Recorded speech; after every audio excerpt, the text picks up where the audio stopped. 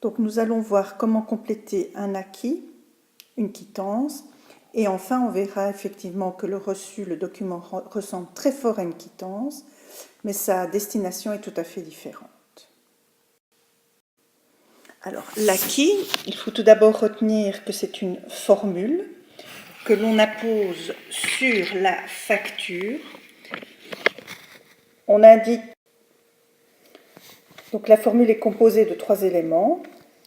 Pour acquis, ensuite on indique le lieu et la date où le document est acquitté. Donc ici c'est Waterloo.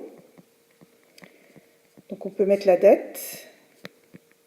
Et on termine par la signature du créancier. Donc ici c'est les établissements Renard qui vont signer. Alors la quittance, elle, est un document qui est rempli et qui est composé de 3 parties.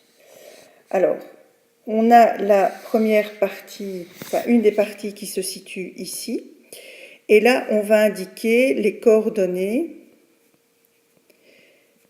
du débiteur.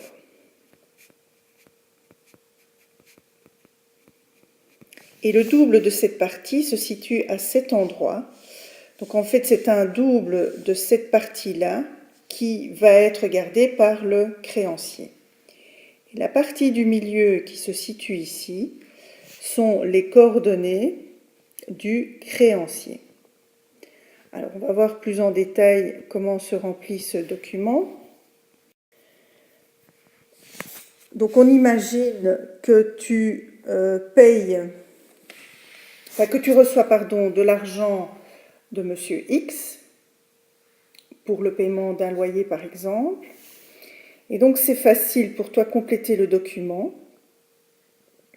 Pense dans ta tête, j'ai reçu de. Donc reçu de, c'est Monsieur X. Là on indique son adresse. La somme de, alors ici on indique le montant en lettres. Donc on va mettre 700 €.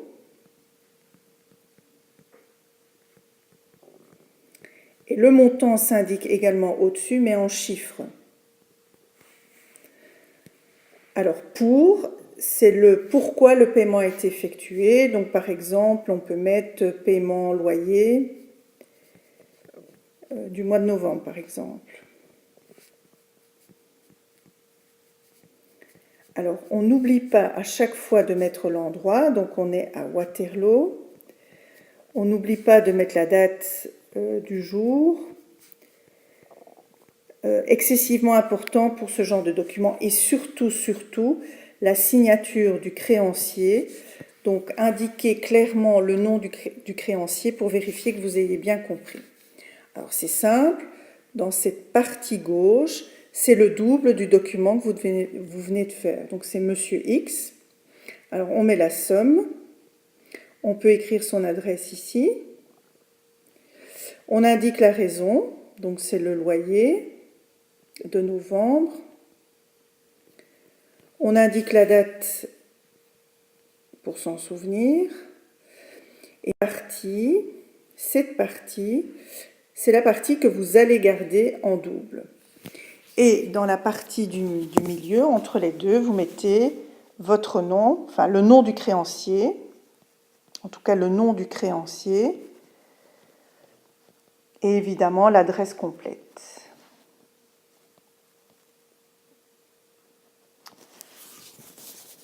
Donc voilà, pour que le document soit valable, n'oubliez pas, c'est très important, c'est d'indiquer ici le nom du débiteur, donc la personne qui doit de l'argent. Le petit truc, c'est j'ai reçu de, et vous indiquez le nom de la personne qui verse l'argent. On indique le montant en lettres, on indique le montant en chiffres. Le pour indique l'objet du paiement, pourquoi le paiement a été effectué, mais surtout, ne pas oublier la date ni la signature du créancier. Sans signature, ce document n'a aucune valeur. Dans la partie gauche, c'est le double de ce que vous venez de compléter, et dans la partie du milieu, ce sont le nom et les coordonnées du débiteur.